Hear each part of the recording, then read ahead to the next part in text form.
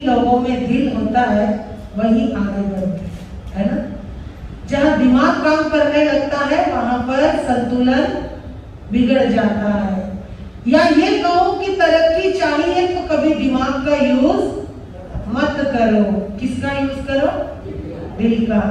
भगवान महावीर ने बहुत सोच समझ के बोला होगा, संजोगा विपमुखस अणगारस विखुनो, कि साधु का पहला कर्तव्य क्या है? बोलो कोटेचा जी। विनय भाव। क्या है? अगर विनय आएगा तो अपने आप श्रद्धा आएगी, सद्भाव आएगा, समर्पण आएगा। लेकिन विनय कब आएगी? प्रैक्टिकली बताऊं, क्योंकि बच्चों को थोड़ा प्रैक्टिकली समझ आता है। किसी के सामने झुकना कब आएगा? चाहे तुम्हारे माता पिता है, चाहे तुम्हारे दादा दादी है, कब? तो जहां पर दिल होगा, जहां विनय चाहिए, तो सबसे पहले क्या चाहिए? दिल चाहिए। विनयवान बनने के लिए दिल चाहिए, दिमाग की जरूरत नहीं है। जी आप बहुत ध्यान से सुन रही हैं। और आपको एक आश्चर्यजनक बात बता दूं, सुनकर आपको भी गर्व होगा। रिद्धिमा जी महाराज थाने 9 और विराट में भी 5-6 तो होंगी, गिनी नहीं अभी तक। इतना समर्पण है इस परिवार में, चाहे उनकी शिष्या यहाँ है या हमारी शिष्या वहां है। कोई भेदभाव नहीं, कोई मतभेद नहीं, कोई मनभेद नहीं। ये होता है संतुलन, ये होता है विनय, ये होता है सामंजस्य, ये होता है समर्पण, और ये होता है परिवार, है ना। बच्चों को दादी बहुत खिलाती है, पिलाती है, बहुत लाड लड़ाती है। जरा सा एक्स्ट्रा डांटना लग जाए ना, माताओं की सलबट आ जाती है। डांटना नहीं, लाड कर लो, झपट लो, इतने में मम्मी आ जाएगी उनकी, चलो बेटा पढ़ाई का टाइम हो गया। करते हैं ना लेडीज, आपको ज्यादा पता होगा। और फिर आप भी उनका पक्ष लेना शुरू कर देते हो। बस मम्मी वो जो कह रही है ना ठीक है। ऐसा नहीं होता। लाड प्यार दादा दादी करेंगे तुम्हें तो डांटने का अधिकार भी तो रखता है, प्रेम का रखते हैं ना। तो जब वो इतने मिठास भरते हैं, प्रेम करते हैं, और जिंदगी में जब तुम्हारा जन्म होता है ना, उनको अपने मूल से ज्यादा ब्याज पे नजर होती है। अरे मेरे पोता आने वाला है, मेरी पोती आने वाली है, वो तुम्हारे लिए इतनी मेहनत करते, इतनी मेहनत करते हैं, बड़ा करने में तुम्हारी इतनी मेहनत करते हैं तुम्हारे लिए, तो फिर वो डांटने का भी हक है। हक है ही नहीं वकील साहब, हक तो है ही नहीं। सच बोलो तो अधिकार तो रहा ही नहीं है। आप किसी को भी प्यार कर सकते हो, दुलार कर सकते हो, परवरिश कर सकते हो, लेकिन डांटने डपटने का अधिकार तो नहीं है। वो ठीक है, हम डांटते जरूर है, लेकिन कोई भरोसा नहीं कब कौन छोड़ के चला जाए। ये दुनिया है, ये संसार है। कोई जन्म देने वाले हो, चाहे पालने वाले हो, चाहे कोई हो, आज की दुनिया में तो सिर्फ एक जंगल है। ये जंगल विशाल जंगल है, और इस जंगल में हम जो है, कोई बंदर की तरह रोल कर रहा है, कोई मदारी की तरह कर रहा है। सच बता रही हूँ। कोई बंदर की तरह खेल रहा है, नाच दिखा रहा है, तो कोई मदारी, बेटा बैठ जा, वेलकम, बैठ जा। कोई मदारी की तरह कर रहा है, लेकिन खेल सब खेल रहे हैं। कोई नचा रहा है, कोई नाच रहा है, कोई दिखा रहा है, कोई देख रहा है। लेकिन मेरा कहने का भाव ये है कि ये चीजें जो अभी अभी कवि ने बोली हैं कि बेखौफ होकर चलते कोई कोई शेर है। तो यहाँ पर एक चर्चा चलती है कि किस तरीके से परमात्मा महावीर का जीवन एक सामने रखा जा रहा है, एक दर्पण की भांति हमारे सामने आ रहा है, हमारी बंद आंखों से सामने आ रहा है। किसके माध्यम से? जोर से बोला करो, सभी ध्यान से सुनते हैं। लेकिन आप एक भगवान महावीर स्वामी ने गौतम स्वामी को दृष्टिकोण में रखकर जवाब दिए थे। भगवान महावीर से गौतम स्वामी ने प्रश्न किया था, लेकिन उत्तर तो वो सभी को संसार को मिले, सभी संसार के जीवों को मिले, चाहे पनवाड़ा सूत्र में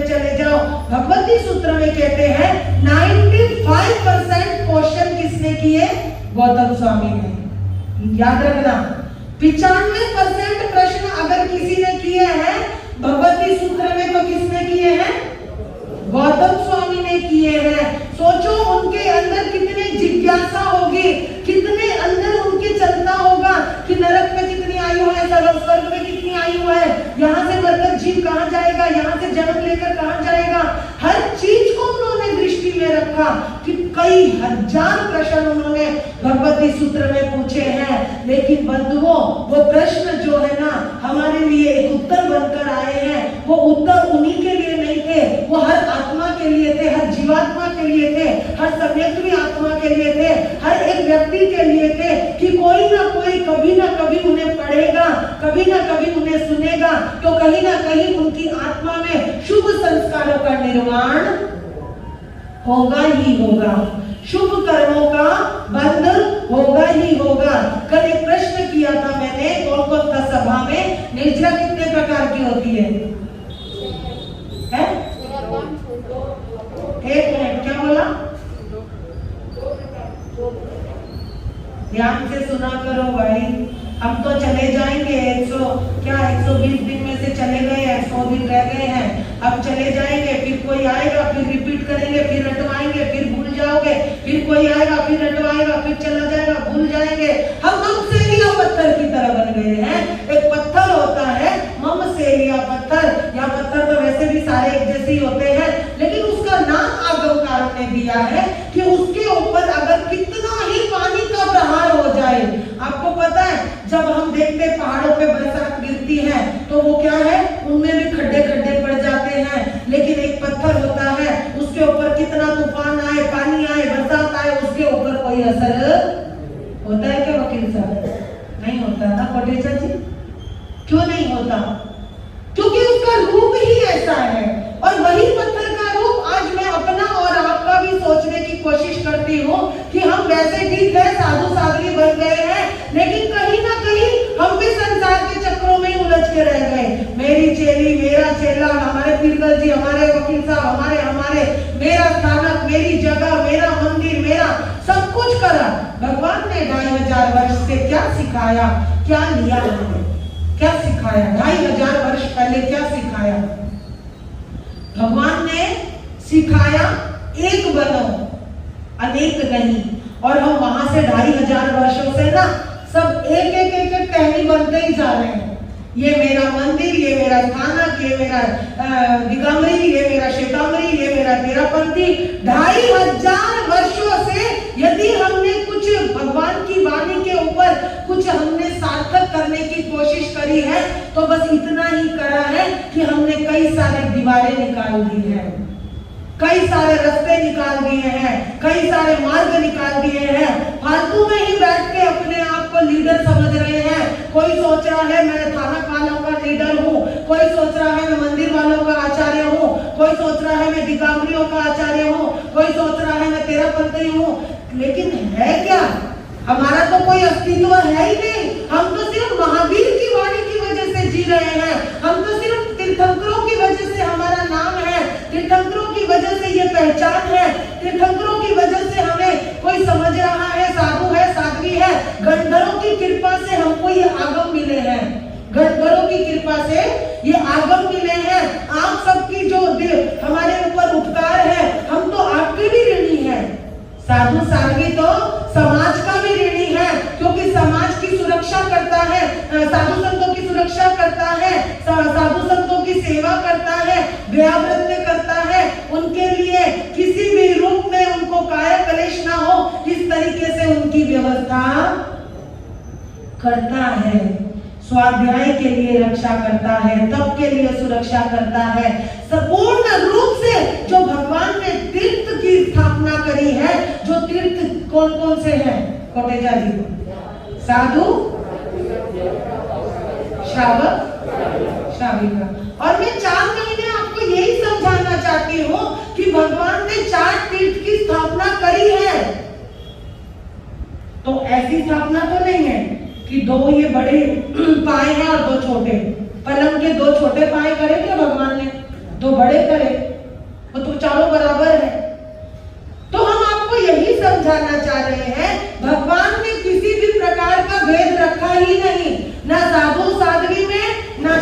श्राविका है। भेद रखा क्या? फिर हम कैसे कह सकते हैं हम बड़े आप छोटे? नहीं कह सकते। जब भगवान महावीर जैसे ने अपनी वाणी में 4 तीर्थों की रचना करी और सबको बराबर स्थान दिया है, तो हम कैसे आपको इस तरीके से समझा सकते हैं? लेकिन हाँ, एक भगवान की वाणी के लिए हमारे हाथों में जो आती है हम उसको आप तक फॉरवर्ड करते हैं, है ना?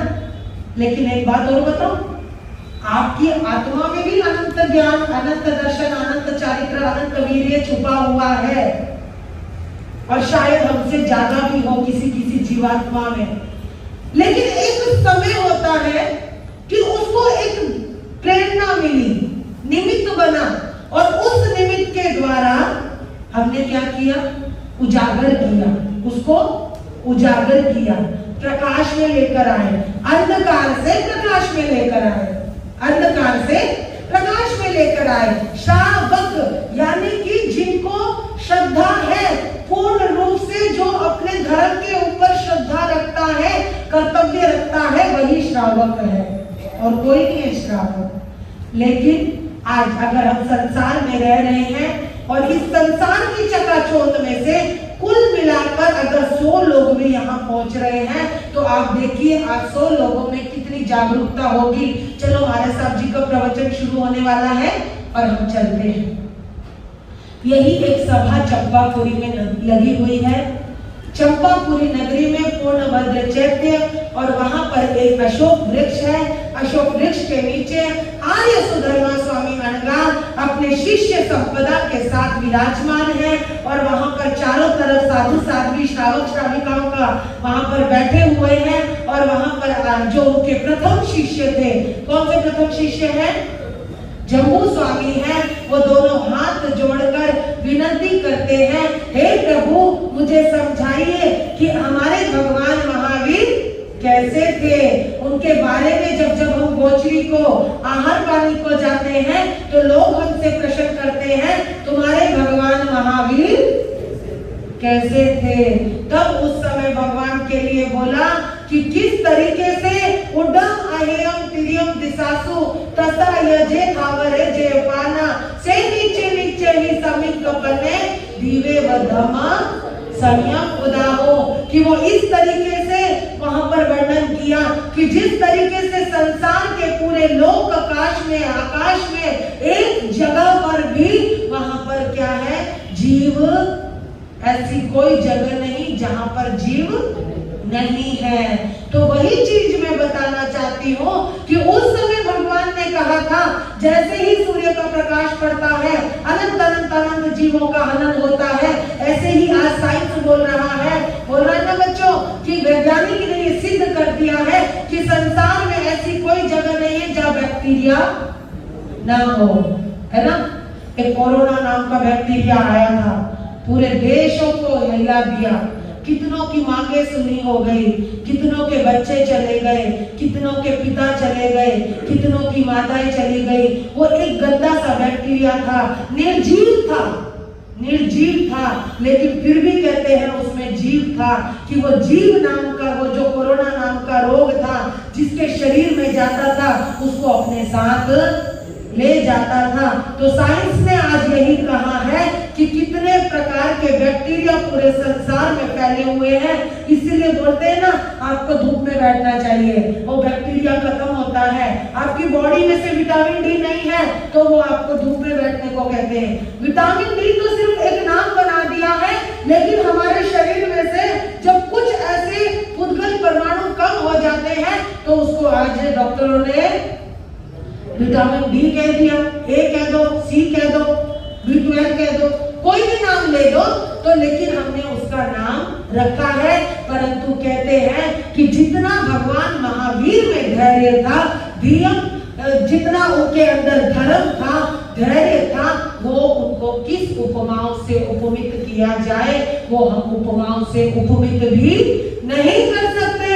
आर्य जम्बू को कह रहे हैं आर्य सुधर्मा कि शेषा वदंसी अभिभूय नानी, कि हे जम्बू मेरे जो भगवान थे वो सर्वदर्शी थे, वो धैर्य के ज्ञाता थे, धर्म के ज्ञाता थे, धैर्य महाप्रबल धैर्य था उनमें।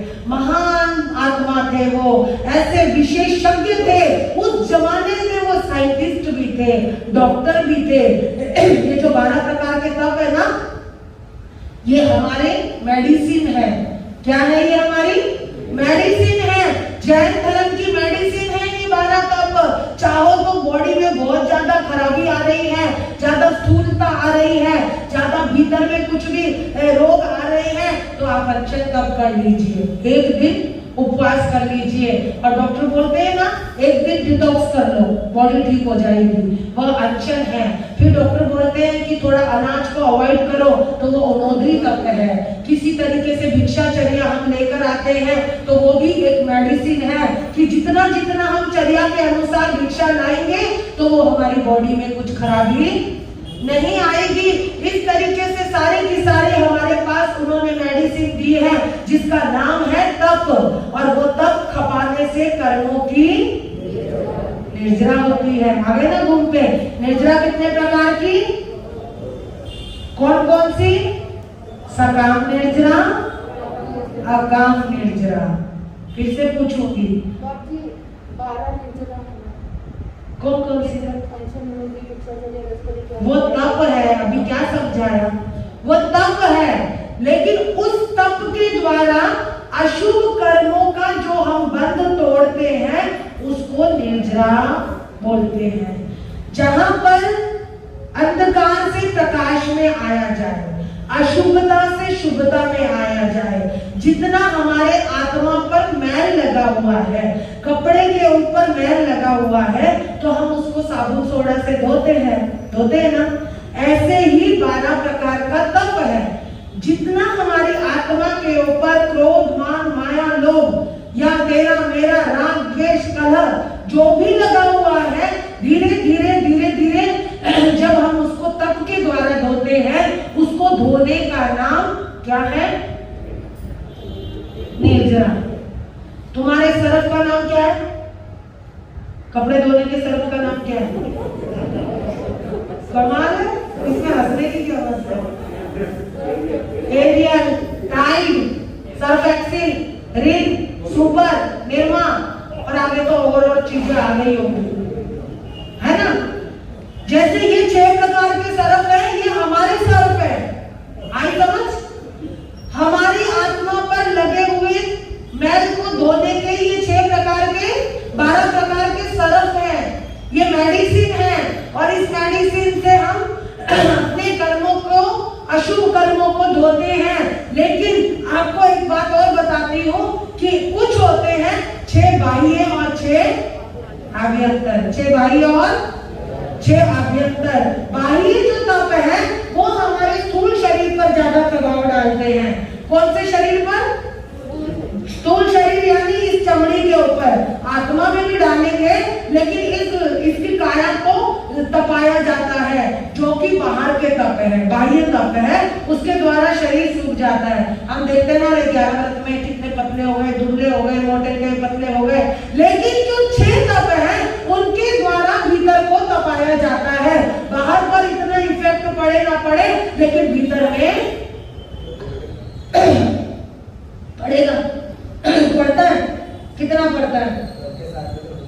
होता है। अभी मैं कोई आपको 2-4 गाली दे दे, फिर देखो कहाँ गया आपका तब। अच्छा, अगर किसी को याद करके समता आए तो वो समता है ही नहीं। आपको एक बात बताती हूँ, किसी को याद करके समता आए तो वो समता नहीं है। किसी को याद करके समाई करने पड़े, या किसी को याद करके माला फेरनी पड़े, या किसी को ये कहना कि मैं महावीर जैसा बनूंगा, या किसी को कहना कि मैं तीर्थंकर जैसा बनूंगा, तो फिर हमारे अंदर समता भाव कहां से आया? हमको तो सिर्फ प्रेरणा दे रहे हैं भगवान जी, लेकिन कार्य तो खुद की आत्मा को करना है। भीतर के संस्कार होने चाहिए कि किसी ने मुझे कुछ भी काय क्लेश करा है, या किसी ने मेरे साथ कोई गलत बात करी है, किसी ने मेरे को समाधि में से दबाने की कोशिश करी है, तो मेरा स्वभाव बना रहे। वो तो एक बच्चा भी ऐसा ही होता है, 2 किसी ने मारे तो बच्चा माँ बाप को ढूंढता ही ढूंढता है। लेकिन बंधुओं, असली सामायिक वो है जो स्वयं की आत्मा में से आए।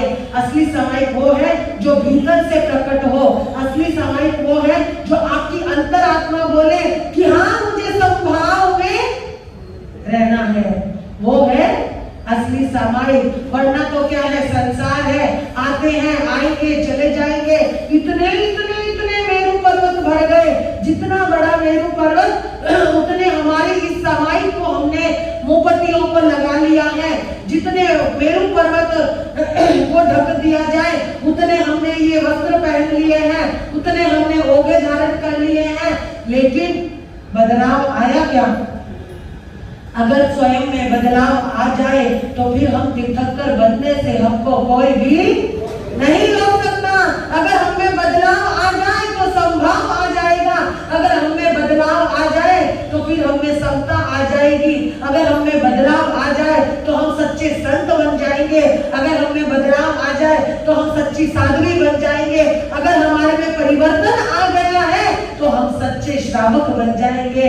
यदि हमें संभाव आ गया है तो हम सच्ची श्राविका बन जाएंगे। फिर कोई हमें आगे बढ़ने से, धर्म के मार्ग पर बढ़ने से कोई भी रोक नहीं सकता। तो मेरा कहने का भाव है, हमको क्या करना है? लकीर के फकीर नहीं बनना है, हमको आगे ही आगे बढ़ना है। क्या ठीक है, आज तपस्या करने के लिए आगे बढ़ोगे? नहीं भाई, कमजोर हो जाओगे। तपस्या नहीं करोगे तो सब बोलेंगे तपस्या नहीं कर रहा है। औरों से कराओगे तो कहेंगे खुद नहीं कर रहा है। ये तो दुनिया है, दुनिया तो बोलती रहेगी, लेकिन खुद की आत्मा को पवित्रता की तरफ किसको ले जाना है? खुद को ले जाना है। मुझे एक छोटी सी घटना याद आ गई और 10 बज रहे हैं और फिर उसके बाद पारने के लिए ऊपर आनंद प्रस्थ में जाना है अपने अध्यक्ष महोदय के यहाँ पर। तो मैं एक छोटी सी घटना सुनाती हूँ। एक बार महादेव और पार्वती कहीं जा रहे थे। बच्चों, तुम्हारे लिए स्पेशल कहानी सुनकर भी हम जीवन को बदल सकते हैं। महादेव ने क्या किया? उनके साथ तीसरा कौन था? नंदी। कौन था? नंदी था, बैल था। महादेव ने क्या किया? उस नंदी पे पार्वती को बिठाया और खुद पैदल चलने लगे।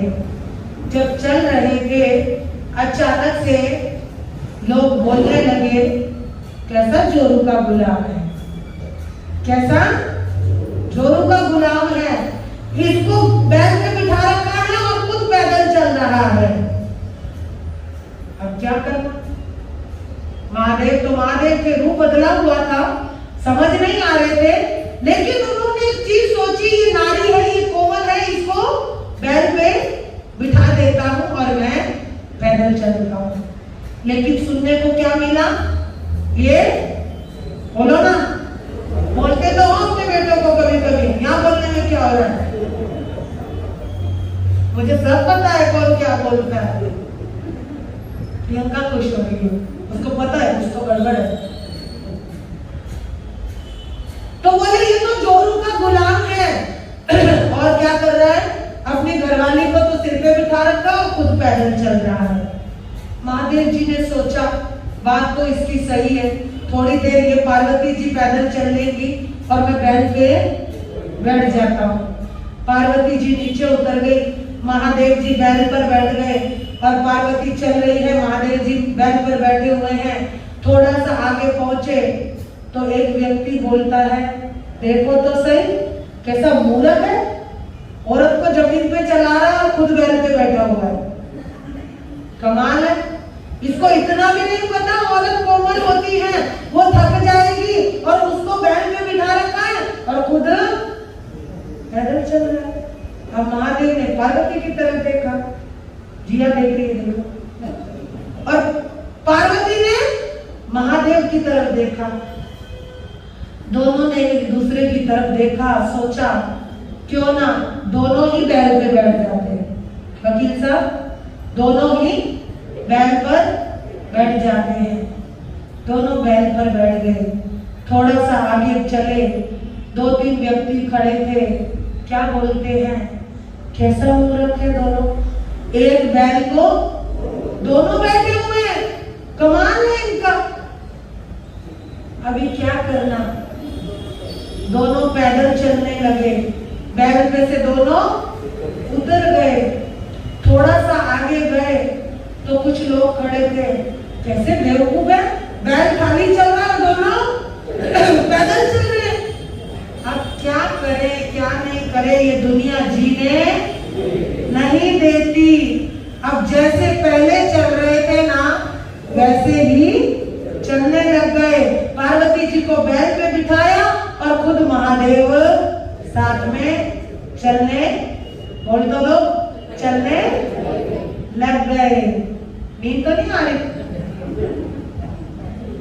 कहने का भाव मेरा ये है कि ये संसार है और संसार में रहना इतना सरल नहीं है। अगर संसार में रहना सरल हो जाए तो फिर उसे संसार कौन कहेगा? संसार में रहना सरल हो जाए तो फिर उसे संसार क्यों कौन कहेगा? यही संसार का सार है कि संसार में रहकर भी संसारी मत बनो, अपनी आत्मा में गोते लगाओ, अपने आप की तरफ देखो, करो सुनो सबकी, लेकिन करो अपने हृदय की। यदि आप कुछ अच्छा कार्य कर रहे हैं तो फिर उसमें कोई भी बाधा मत आने दो। हाँ, अगर कहीं गलत रास्ते पे जा रहे हो तो सोच सकते हो, लेकिन कोई आत्मा के संस्कारों में, कोई स्वभाव में, कोई सामायिक में, कोई पोषण में, कोई तपस्या में, कोई किसी कार्य की निर्जरा कर रहे हो तो फिर उसमें आप किसी की भी मत सुनो, क्योंकि अपनी आत्मा को सुंदर बनाना ये हमारे हाथ में होता है। तो आत्मा को सुंदर बनाने के लिए ही ये चातुर्मास आता है, कर्मों को तोड़ने के लिए, अशुभ कर्मों को तोड़ने के लिए ये चातुर्मास आता है। तो इस तरीके से इस चातुर्मास को सुंदर बना रहे हैं, तप के द्वारा, जप के द्वारा, त्याग के द्वारा, हर कार्य के द्वारा हम इसको अच्छा बना रहे हैं। और इसी के साथ साथ हम आनंद जन्मोत्सव मनाना शुरू कर रहे हैं। बारजे वाले सुन ले, वरगावधारी वाले सुन ले, और ये मैसेज जाना चाहिए कि हम कल से आनंद गुरु जन्मोत्सव मना रहे हैं। बंधुओं, हम मना सकते हैं, आपको बुला सकते हैं, तब कर सकते हैं, जब कर सकते हैं, प्रवचन सुना सकते हैं, लेकिन आना तो जरूर नहीं। आना तो आपको ही पड़ेगा। आप नहीं आओगे तो कैसे हो सकता है? तो मैं अपने युवाओं से कहूंगी, अपने बंधुओं से कहूंगी कि कल पहला दिन सामायिक दिवस का रहेगा। हमने पीछे हमारे सरताज खड़े हैं, इनका जन्मोत्सव आ रहा है, तो इनके जन्मोत्सव को दिल से मनाना है, ताकि इनकी एक एक पॉजिटिविटी हमारे बच्चों के दिल में भी आए, बच्चों में भी संस्कार आए। तो कल पहला दिन रहेगा, कौन सा दिन? सामायिक दिवस रहेगा। और कल जो है ना, सबको ऑफ व्हाइट कलर की साड़ी पहनकर आनी है। नमो हरि हरतानम। नमो कौन सा होता है? और बच्चों को भी पता चलेगा कि नवकार मंत्र का कौन सा कलर होता है। तो सबको काले पीले हरे पीले ये कपड़े पहन के नहीं आना। नमो हरिहंतानम का कलर कल पहनकर आएंगे और आनंद जन्मोत्सव को सामायिक के साथ मनाएंगे। और सामायिक सबके चेहरे पर, सबके मुख पर, वैसे तो हम फोर्स करते नहीं है मुपट्टी के लिए, मुपट्टी के लिए कभी फोर्स करते भी नहीं। और कोई कहता है युवाओं को बोलो मुपट्टी लगाए, ये लगाए, वो लगाए, तो हमने कहा हम अपने हिसाब से चलते हैं, हम मुपट्टी के लिए फोर्स नहीं करते। ठीक है, वो आएंगे, खुद के दिल से लगाएंगे, लेकिन कल जरूर हमें पूरी सभा में मुख वस्त्रिका लगानी है। और मेरा आप सभी से, मेन कार्यकर्ता जो यहाँ है, आगे से पीछे तक बैठे हैं, कल से प्रवचन वहां होना चाहिए और ये जनसंख्या थोड़ी बढ़ा दीजिए। तो कल से सबको 30-31 तारीख तक कल से सोचो, हमारे बड़े महापर्व शुरू हो रहे हैं। अभी पर्व पर्यूषण आएंगे, लेकिन कल से आनंद पर्व को मनाना है, धूमधाम से मनाना है। अगर ऐसे छोटी मोटी जनसंख्या दिखी तो फिर मेरा मुंह इतना सा हो जाएगा, फिर उसका दोष आपको लगना है। ठीक है, अगर हम संपुट में भी टाइम से नहीं आते तो भी तुम पाप के भागीदार बनते हो, ये याद रखना। महावीर की वाणी को सुनने के लिए जो समय से नहीं पहुंचता है, उनको भी दोष लगता है। तो कल से ठीक 8:25 पर सभी सभी को लेकर पहुंचिए। कल पहला ड्रेस कोड रहेगा और मैं चाहती हूँ कि ये जनता आनंद पर्व मनाने के लिए, जैसे कल आए थे ना पचकावनी करने के लिए, तो ज्यादा से ज्यादा हमें कल सभी उपनगरों को आज से ही टीम बैठ जाना। आनंद पर्व मना रहे हैं, पूरा हिंदुस्तान जाने की कातरज में आनंद पर्व मनाया जा रहा है। मैं किसी के अपने लिए कभी कुछ नहीं मांगती और ना ही मांगूंगी, ना अपने लिए, ना इनके लिए, ना इनके लिए, ना इनके लिए, लेकिन आनंद गुरुदेव के लिए जरूर आपसे रिक्वेस्ट करती हूँ, प्लीज कल से गुरुदेव के जन्म दिवस पर आप लोग होने चाहिए।